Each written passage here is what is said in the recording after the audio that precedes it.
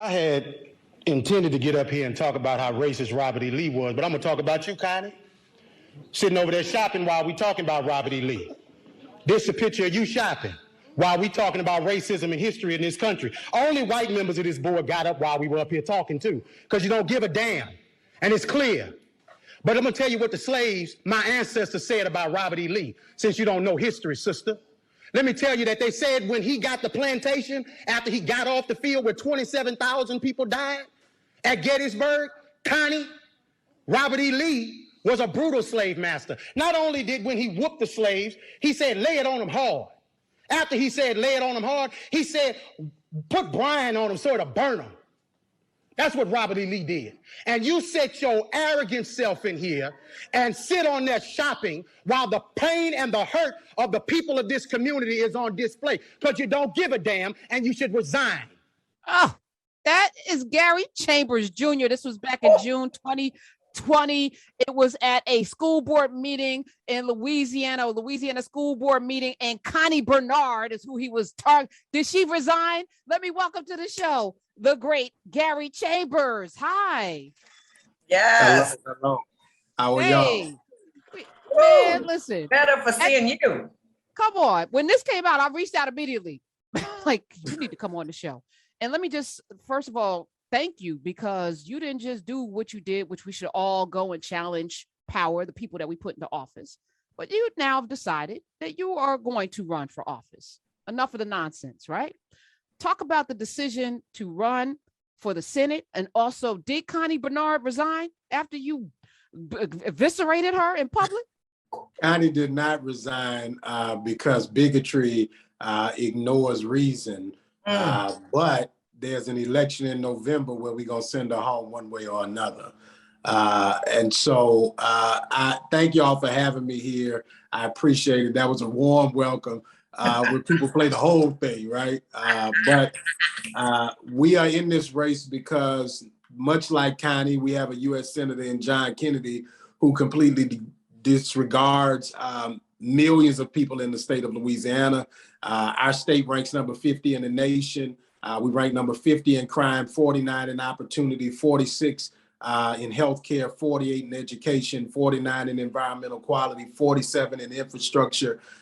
We are the first and the worst. And so when we look at where we are as a state, we need better leadership. We need new ideas. We need a diverse economy, one that people, no matter what your background or your zip code, that you can prosper in this state and live out your wildest dreams. Wow. The first and the worst. Woo. So Louisiana, Gary Chambers is here.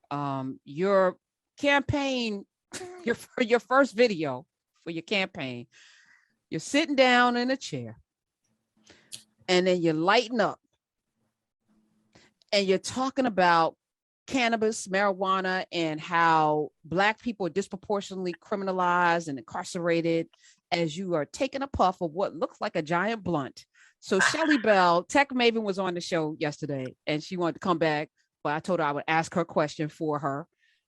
Ask him, was that real weed? Was it real, Gary Chambers? Because you went viral. It was absolutely. Ain't no fronting over here. We don't do that. What was the impetus to do that? Walk us through. You like, all right, I'm running for the Senate.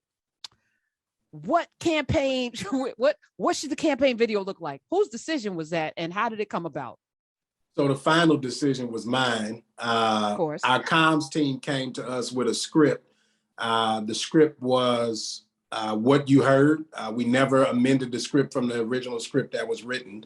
And I was sitting with my media director in my living room, actually, and we were going back and forth about the video. This isn't the first time I smoked on camera. I did this last May when I went to California.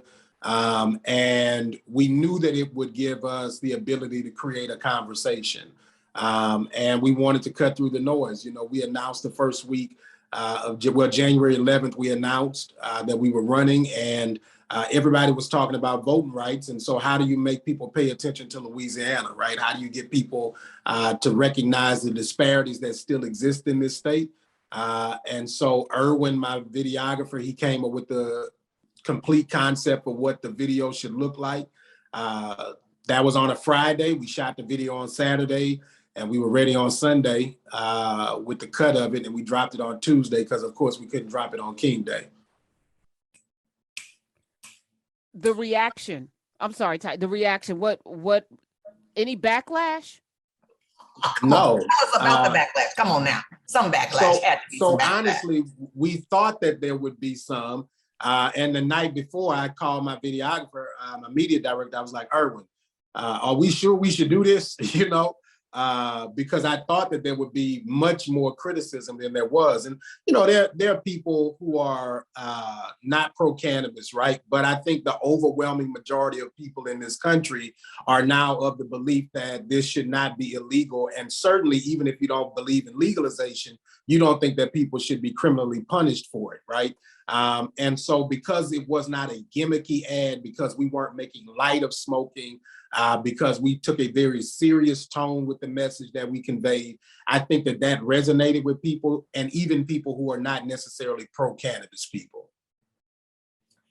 Mr. Chambers, Senator-to-be, Mr. Chambers, Yes, I want to know, because, you know, it's hard to run for office. We hear about the money that goes into campaign financing. How do you get your support to do this? Is it all just grassroots, or did some backers come in to help you with that? So I'm proud to say we're a grassroots campaign that is mostly powered by small dollar contributions.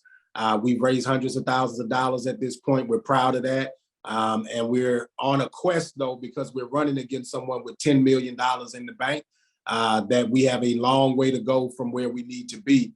But this cannabis conversation has really opened us up to a whole industry of people who now want to have the support of a U.S. senator who's going to go to D.C. and actually be an advocate for them as a person who not only talks about using cannabis, but is openly willing to use cannabis and use that pulpit of sorts, right, to leverage the conversation around how we move towards federally declassifying cannabis. I'm sorry, I'm saying the wrong word, but making sure descheduling cannabis on a federal level so that it can be legalized nationwide. And these laws that are archaic, that are still jailing people for simple possession of cannabis, while people in California are literally growing football fields full of cannabis, right? And making millions of dollars off of it. And we met with Black cannabis company owners as well as white cannabis company owners who are very supportive of the work that we're doing, and we're working to galvanize that industry. This is not, I'm not trying to promote this, but I would think that also there would be potential support for you from the cigarette companies, because there's definitely talk that if it ever becomes legal, they're going to be the first people who get in it because they already have the distribution in place.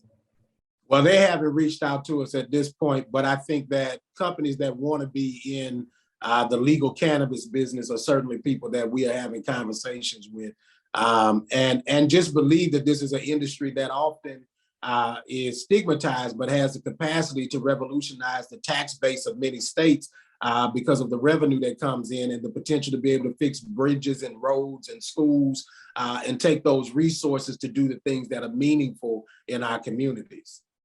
Yeah, when I was down in Mississippi last year, I learned that all of the cannabis that is used in research in all of the labs in the country is grown in the state of Mississippi, but they can't smoke it in Mississippi, but that's where they grow it. In Louisiana, the only legal growers of cannabis are Louisiana State University and Southern University, funded by our tax dollars through programs to do research. And then that medicinal marijuana is given to, I think it's only a few pharmacies in our state, and it's upcharged to where people are paying outrageous prices for what is a medicinal benefit to them. Mm. So how can we help you? I'm sorry, go ahead. How can we help you? How can we help you? Can we have a fundraiser in New York City for you? Absolutely. I am coming to New York next week, as a matter of fact. I'll be in New York on the 9th and 10th. And we're excited about getting around the country. We just came back from California. People can go to chambersforlouisiana.com and make a contribution. There's an email fundraising at chambersforlouisiana.com where folks are interested in hosting fundraisers. especially in this first quarter when we have the latitude to kind of travel and share our message. And the real deal is this is a very winnable race. We have a Democrat as the governor of Louisiana already, the only state in the Deep South with a Democrat that is mostly powered by an immensely powerful Black vote in this state. Black folks make up 35% of the state of Louisiana. Brown folks make up 5%, so that's a 40% Black and brown state, the second Blackest state in America.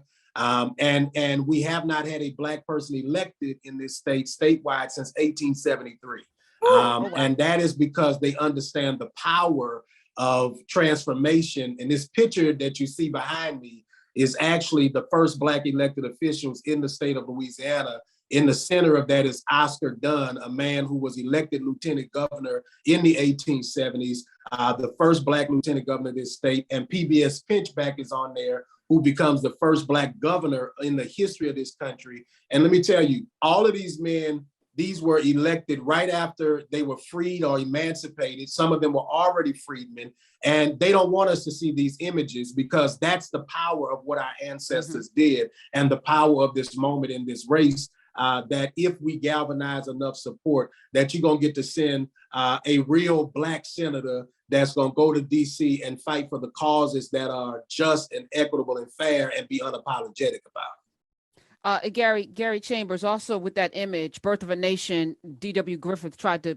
depict those men during Reconstruction as men that would come to Congress without their shoes on, eating fried chicken. But that image behind you shows some dignified men looking into the camera with all of the force and fierceness that they actually had. We have to tell the narrative. We have to start telling our own stories, and this is a perfect time to do it. Let me ask you this, Gary Chambers. Louisiana right now, Patrick Neely running against him, John Neely Kennedy. He won in a state, he won 536,191 votes when he ran last, right? There are 3.5 million eligible voters. 536,000. He won a minuscule amount. Now you talk. There are more than a million just Black voters, 1.2, 1.3 million just Black eligible voters, If every Black person in Louisiana voted for Gary Chambers, you would obliterate John Neely Kennedy, obliterate him. So you have the numbers. If I'm looking at the numbers, you have the numbers. His opponent, come on. Our campaign slogan is more of us. It's real simple. There are more of us in this state who are dealing with the issues that plague us in this country, whether that is income inequality, whether that is access to care, whatever the level of issue. And there are more of us that can show up. If a man could get elected with 536,000 votes and we think he's so damn bad, and you got folks who, the governor was elected with 700,000 votes, okay? 400,000 of those, 400 plus thousand of those votes were Black votes, okay? So if we have already had 400,000 plus Black folks show up to vote to elect a moderate white Democrat, okay, then surely we can get more of us to show up and elect one of us to go to DC and fight for us. So okay. What do we All right, wait, hold on. One more thing, Tonya. After standing up in that school board meeting and saying what you said, when was the decision to, because I often tell people, stop bitching about it and be about it. Don't complain, get in the race. When did you decide I'm actually going to run for the Senate? I'm not going to do school board. I'm not going to do community, city council, mayor. I'm going to run for the Senate. When did that decision come about? So I ran for Congress last year, and we had a magnificent showing, and it showed us the power that we could galvanize people. And the more Kennedy just talks his madness, the more I just got fed up with it and decided that, I talked to other Black leaders around the state and asked them would they run, people who I felt were more palatable to some groups of folks. And none of those people were willing to do it. And so I'm not one who's going to run away from an issue because somebody else won't do it. And I'm not going to just keep talking about it. This man is beatable, but somebody has to challenge him with the full force of truth. And so we made that decision at some point last year. It was not an easy decision, but a decision that I think is the right decision because nobody thought 5 years ago that Georgia would have a Black senator in Raphael Warnock, and he is a U.S. senator today. But somebody got to step up and do it for it to be possible. Yes. Yes, you brought up Georgia, and that's what I was going to say. How can we assist you with the kind of organizing on the ground that they did in Georgia to make sure that we get the people out to do it? What can we do? So there are groups in this state like the Power Coalition that's ran by a sister named Ashley Shelton. They do a lot of the same work that the New Georgia Project did in Georgia. People who contribute to us after you get to your land yap contribution, contribute to the Power Coalition. The work that they're going to do is going to be transformational with voter outreach. But our campaign intends to build one of the biggest grassroots movements Louisiana's ever seen. In my congressional race, we got within 1,500 votes. We didn't spend but $30,000 on TV advertisement, and we didn't send any direct mail. So with 750 plus votes, we'd have made it to the runoff because we know how to hit the ground. And so this time we're going to build that grassroots ground game, but also have the resources to do TV, mail, radio, and all of the traditional things that you do in a campaign to be competitive. And so we think a marriage of the two, kind of the art and the science of campaigning, is what's going to deliver us victory. I know you have to run, and I thank you for being here. Every month, Jamie Harrison from the DNC has committed to come on this show, and he has, and he's stood up under the ether. So I'm grateful because I ask all of the questions. How can the DNC help you, and how can we help put pressure on them to help you?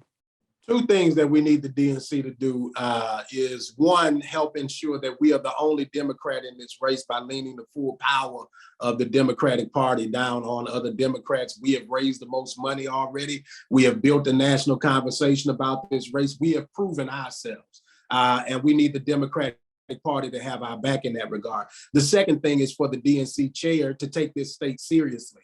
To see the potential that a state of 4 million people is surely easier to flip than Florida.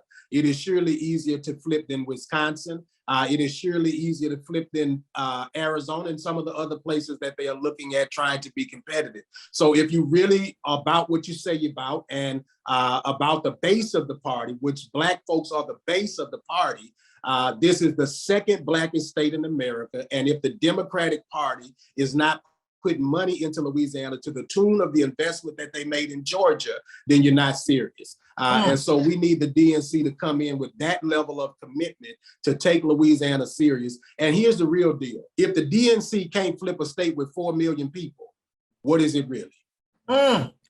Smiz, pull this, and we're going to put this on loop, and we're going to play it when Jamie Harrison comes in, and out of your mouth, Gary Chambers, out of your mouth. All of the Houston smoke. is 3 million people. Houston is 3 million people. Okay, so you have a state that's almost the size of some major cities in America that are Democratic hubs. And so if the DNC is serious, right, it's Louisiana and Mississippi is it. Mm. And here's the reason that's so important. This single vote majority that we have in the US Senate is not enough. We need to grow the margins in the Senate. Otherwise, Kristen Sinema and Joe Manchin get the ability to be the most powerful people in the country by holding up the president's agenda. And I don't agree with Joe Biden on everything, but on the things that he's right on, we need to move the agenda forward and give him the vote of support so that we can help the American people. And on the things that we need to challenge him on, we need to be as full-throated as we are in supporting him, in challenging him to move the needle forward. And so if Jamie Harrison wants the DNC to be effective, the way that I believe we do that is through the Deep South and a real financial commitment in the Black voters that are in the Deep South. Reconstruction. Gary Chambers, I want to definitely have you back on. You have an open seat at our table. I want to dig more into your background and know who you are as a person, but this is a good start. I appreciate you coming through today. Thank y'all so much. Yes, sir. And you can go to Chambers, FOR Louisiana.com, Chambers, FOR Louisiana.com. And you know what to do.